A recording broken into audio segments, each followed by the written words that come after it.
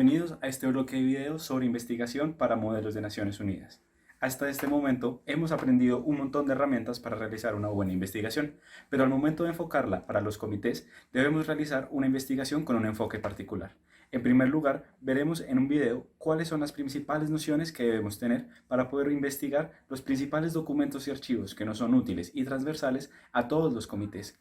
Luego les mostraré cuáles son las principales herramientas a investigar y que debemos conocer para los comités tipo Naciones Unidas. Luego veremos el Consejo de Seguridad y todos sus órganos subsidiarios, con todos los componentes a investigar con herramientas claves que nos permitirán establecer no solo nuestra política exterior, sino también un hilo argumentativo para los comités. Seguido, veremos los comités especializados y de crisis, un mundo completamente distinto en el cual debemos investigar aspectos fundamentales y diferentes para poder conocer el contexto y conocer nuestros personajes.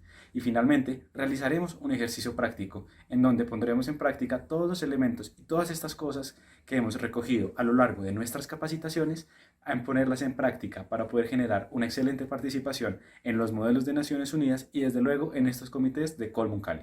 Al encontrarnos por primera vez ante un modelo de Naciones Unidas, es importante conocer y manejar las principales fuentes de información que resultan transversales a todos los comités, cómo y dónde consultarlas de manera rápida y efectiva, ya que todas estas fuentes nos son útiles no solo para la preparación antes del modelo, sino para tener un mejor desempeño a lo largo del comité. Algunos documentos útiles, como por ejemplo la Carta de las Naciones Unidas, la Declaración Internacional de los Derechos Humanos, las convenciones y protocolos de Ginebra, resoluciones, informes u declaraciones de distintos comités u organizaciones afines a nuestro tema, resultan claves, ya que de ellos podremos tomar elementos para poder continuar en nuestra investigación. Pero en este momento llegamos a una pregunta importante. ¿Dónde investigar? ¿Cuáles son esos elementos que debo investigar? ¿Qué debo conocer? Así, se reconocen 5 elementos claves a investigar. Las competencias del comité, es decir, ¿qué puede hacer mi comité? ¿Cuál es el llamado histórico para el cual fue creado mi comité organización? ¿Cuál es el alcance? ¿Hasta dónde puedo llegar? ¿Mi comité puede intervenir o puede imponer una acción? ¿Mi comité puede generar una recomendación? ¿O mi comité puede generar acciones entre gobiernos o impulsar acciones en otros organismos? Investigar cuáles son las acciones previas relacionadas con el tema. ¿Alguna vez ha ocurrido algo similar o se ha visto enfrentado el país o el personaje que represento o el comité en el que estoy se ha visto enfrentado ante una problemática similar? ¿Cómo la enfrentó? ¿Qué acciones concretas tomó contra ellos? El marco histórico del desarrollo del comité resulta el cuarto punto clave al momento de investigar. ¿Mi comité se está desarrollando en nuestro momento actual? ¿Hay alguna coyuntura importante en el cual surgió este comité? ¿Hay algún evento histórico ocurriendo que pueda repercutir directamente en el comité? ¿Es un comité histórico? ¿Estamos en alguna época? ¿O estamos intentando cambiar el curso de los hechos que ya ocurrió? Y finalmente, ¿cuáles son los miembros en el comité? ¿Cuáles han sido las últimas intervenciones de mi personaje o de mi país dentro del comité? Aquí es importante realizar una investigación profunda en ciertas bases de datos que les iré mostrando para poder sentar una posición clara del personaje y del Estado, que muchas veces no es fácil de encontrar. Hay algunos temas en los cuales resulta evidente la posición de un Estado o de un personaje, pero en muchos otros no. Países con posiciones ecuánimes a lo largo de la historia, sin posturas claras. Es importante establecerla, ya que de aquí podremos tener un elemento clave para poder discutir a lo largo del desarrollo del comité y podremos aún más orientar nuestra investigación. De la mano de esto viene un último elemento clave que debemos tener en cuenta para todo modelo de Naciones Unidas, y es establecer la posición que como personaje, que como representante de un Estado, quiero sentar y quiero manejar a lo largo de mis 3 o 4 días de modelo. Aquí es importante reconocer algunos aspectos básicos de lo que es la política exterior de un Estado, o de su equivalente, en un personaje, para el desarrollo del comité. La coherencia resulta clave para poder mantener no solo mi postura clara, mis ideas claras, sino también para poder enriquecer el debate en el cual nos vamos a encontrar. Por lo que resulta muy importante siempre estar en un constante proceso de investigación, pero también de creatividad. No se trata de ceñirnos estrictamente a lo que ha dicho mi Estado y no movernos de esta posición, ya que con la investigación podremos encontrar otros elementos claves en los cuales veremos que, aunque mi Estado tiene esta otra postura podría beneficiar ciertos aspectos o ciertas problemáticas que encontramos en nuestro estado o a la cual nuestro personaje y su representante puede verse abocado.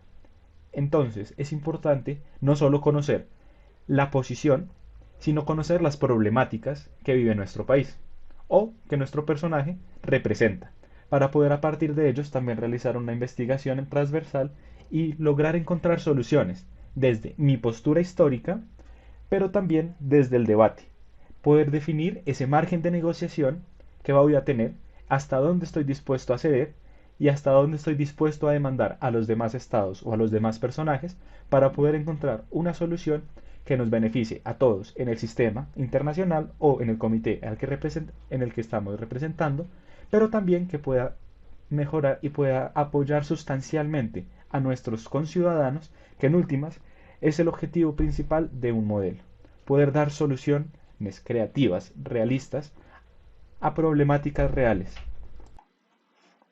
Tomaremos como ejemplo la Carta de las Naciones Unidas, un documento importante para el desarrollo de cualquier modelo de Naciones Unidas y que tiene gran relevancia para la mayoría de sus comités.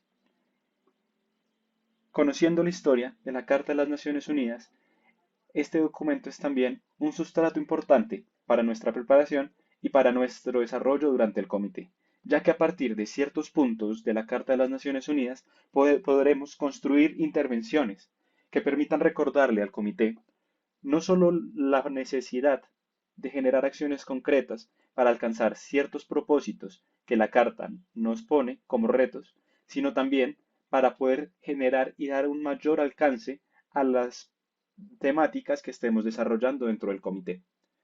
Así, por ejemplo, encontramos en esta versión de la Carta de las Naciones Unidas cómo se desglosa por capítulos, dando el título de cada uno de ellos, sabiendo así qué podremos encontrar en cada uno de los distintos capítulos y los artículos que cada uno contiene.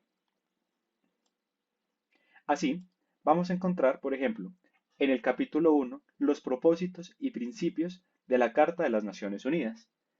Si yo estoy en el comité y quiero poder ampliar y recordar al comité la función y el propósito por el cual fue creada,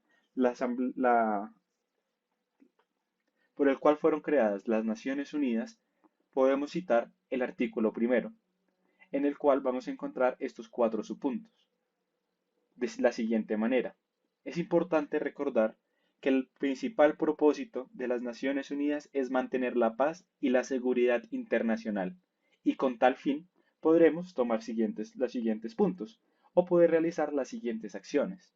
En el segundo, otro propósito importante, fomentar entre las naciones relaciones de amistad basadas en el respeto, al principio de la igualdad de los derechos y al de la libre determinación de los pueblos. El tercero, realizar la cooperación internacional en la solución de problemas internacionales de carácter económico, social, cultural o humanitario. Y el cuarto, servir de centro que armonice los esfuerzos entre las naciones para alcanzar propósitos comunes. De esta forma, el artículo segundo nos plantea qué se puede realizar para que esto ocurra y cuáles son los principios moderadores bajo los cuales esto va a ocurrir. Por ejemplo, el primero, la organización está basada en el principio de igualdad soberana de todos sus miembros. Y así podremos ver los distintos enfoques que puede tomar nuestro comité y que debe tomar nuestras intervenciones para poder ir avanzando construyendo una idea más grande, una solución integral que aborde los auténticos propósitos de la Carta de las Naciones Unidas. Es importante pensar en cuál de estos cuatro propósitos fundamentales se enmarca nuestro comité y se enmarcan los temas que vamos a discutir. Por ejemplo, un Consejo de Seguridad seguramente se va a basar en el primer propósito, mantener la paz y la seguridad internacional. Pero, por ejemplo, un comité más humanitario, como lo puede ser UNESCO o ACNUR, podrá centrarse en el punto número 3: realizar la cooperación internacional en la solución de problemas de carácter social, cultural, humanitario, económico, etc. Así, la Carta de las Naciones Unidas también nos da un enfoque mucho más grande a comités específicos, en donde podemos encontrar que el capítulo 4 nos habla sobre la Asamblea General, uno de los dos órganos más grandes y más amplios de las Naciones Unidas. Pero no solo de este, también nos va a dar el alcance y las funciones de otros órganos como lo es el Consejo de Seguridad. Y el Consejo de Seguridad, sabiendo que responde al principal propósito de las Naciones Unidas, vamos a encontrar que en él rezan funciones específicas, con funciones y poderes, que es importante conocer en el desarrollo no solo de los comités que sean estrictamente el Consejo de Seguridad, sino cualquiera de sus órganos subsidiarios, entre los cuales se encuentran muchos con distintas funciones, algunas consignadas de forma directa en la Carta de las Naciones Unidas y otros producto de resoluciones respondiendo a distintas problemáticas y situaciones que se fueron presentando a lo largo de la historia. Por lo tanto, es importante conocerlo. Sin embargo, estos distintos órganos deben ceñirse a lo planteado en la Carta de las Naciones Unidas y deben intentarse seguir siempre ciertos principios, como lo puede ser el capítulo 6, que nos da un gran principio, el arreglo pacífico de controversias, y nos dice cuáles son las funciones que no solo el Consejo de Seguridad, sino los distintos órganos subsidiarios y comités u órganos o foros permanentes de las Naciones Unidas deben actuar. Por ejemplo, el artículo 33 nos dice que el Consejo de Seguridad siempre debe instar a las partes, a las distintas partes, a que solucionen sus controversias por los medios pacíficos, como lo son la negociación, la mediación, la conciliación, el arbitraje, entre otros. Y ver que las acciones muchas veces militares deben intentar reducirse, ya que debemos respetar estos puntos, sin desconocer, por supuesto, que el Consejo de Seguridad y otros artículos de la Carta van a dar cierto alcance y cierta maniobrabilidad a los estados de tomar acciones concretas. Pero es importante siempre recordar estos puntos de principios que vimos al comienzo. Al momento de pensar en la posición de un estado, o de mi personaje, es importante referirnos a las fuentes oficiales de primera mano. Por ejemplo, si yo represento a Alemania, la primera fuente de información a la que me debo referir es a la Oficina de Asuntos Exteriores o de Relaciones Exteriores o Internacionales de los distintos estados. Por ejemplo, el gobierno alemán ofrece la Federal Foreign Offices, que para encontrarla sencillamente debemos buscarla como Alemania Relaciones Internacionales y buscarlo. Es importante muchas veces tener en cuenta que estas páginas van a tener distintos enfoques dependiendo del idioma. Por ejemplo, si yo entro a esta página en español, me voy a encontrar con que el- la Oficina de Relaciones Internacionales va a centrar específicamente sobre la información para Latinoamérica y los distintos aspectos de relaciones bilaterales o multilaterales entre Alemania y los países latinoamericanos o las organizaciones latinoamericanas.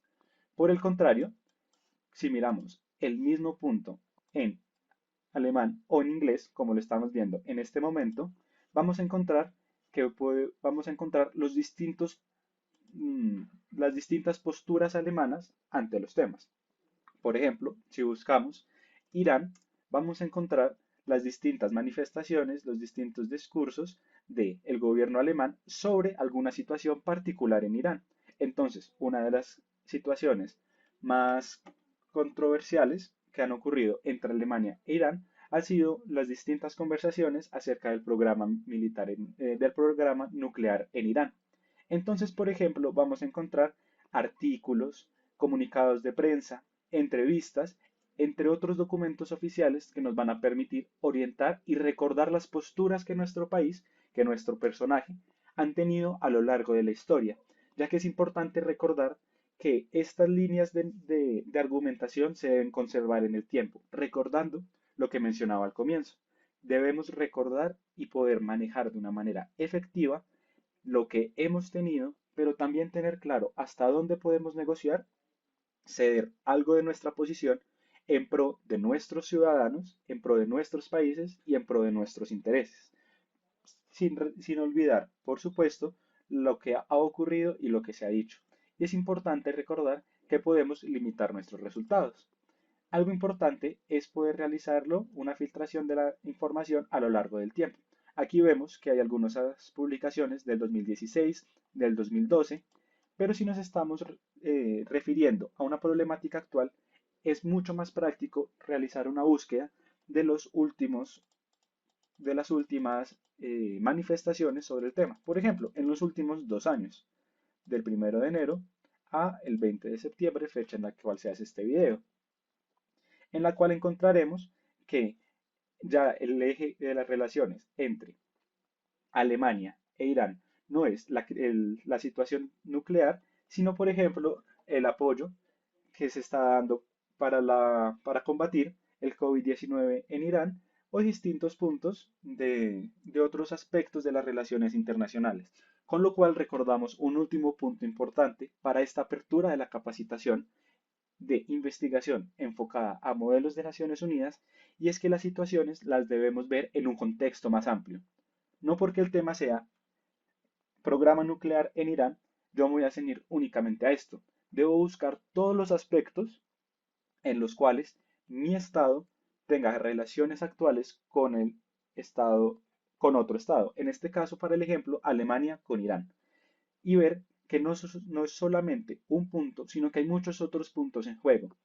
Y debemos tenerlos en cuenta para poder realizar unas intervenciones y llegar a una solución real que pueda aplicarse y que no vaya a afectar los distintos puntos de cooperación que pueden haber entre los estados. A este punto de nuestro primer video, los quiero invitar a realizar nuestro primer ejercicio práctico. La invitación es a que elijan un país de su preferencia y busquen alguna problemática actual de la coyuntura nacional o internacional que les interese. Y busquen cómo este país que les llama la atención se está manifestando o se ha manifestado contra el tema. Si no hay una manifestación directa, busquen situaciones similares en las cuales se hayan presentado estos contextos y busquemos la manera de buscar la mayor cantidad de información a partir de sus páginas principales. Y luego miremos cómo esta información que encontramos se ciñe o podría contribuir y apoyar alguno de los 4 propósitos que vimos dentro de la Carta de las Naciones Unidas. Con esta información en nuestras capacitaciones más adelante que podamos hacer De forma remota, vamos a lograr manejar algunos elementos y vamos a poder profundizar en nuestro ejercicio investigativo para tener los mejores resultados de nuestra investigación.